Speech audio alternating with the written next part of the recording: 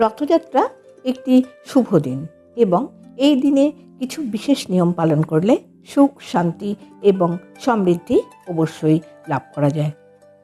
আগামী 12ই আষাঢ় 27শে জুন শুভ রথযাত্রা উৎসব।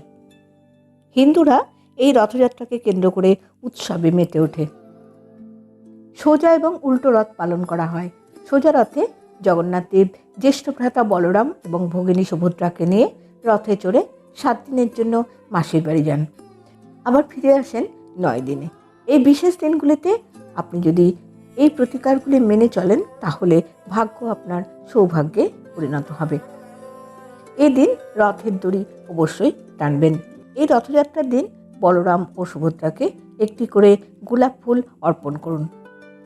ইতিবাচক শক্তির প্রভাবে পরিবারের নানা সমস্যা বাড়তেই থাকে, আর সেই সমস্যাতে আপনিও জর্জরিত। তা থেকে যদি বেরিয়ে আসতে চান তাহলে লবঙ্গ পুড়িয়ে বাড়ির 4 কোণে ফেলে দিন। খুব সহজেই আপনি অশান্তি কাটিয়ে উঠতে পারবেন।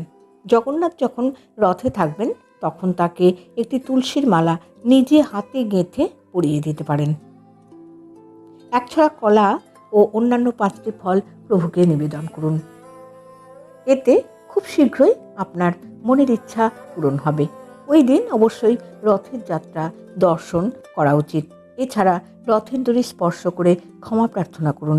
এতে আপনার সর্বপাপ মুক্তি ঘটবে।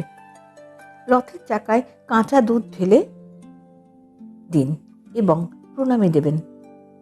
ওই দিন বিভিন্ন চারা গাছ রোপণ করুন। রথযাত্রার দিন সকালে স্নান সেরে প্রভুকে অভিষেক করান। একটি পেতলের রেকাবিতে তুলসী, মিষ্টি ও ফল নিবেদন করুন।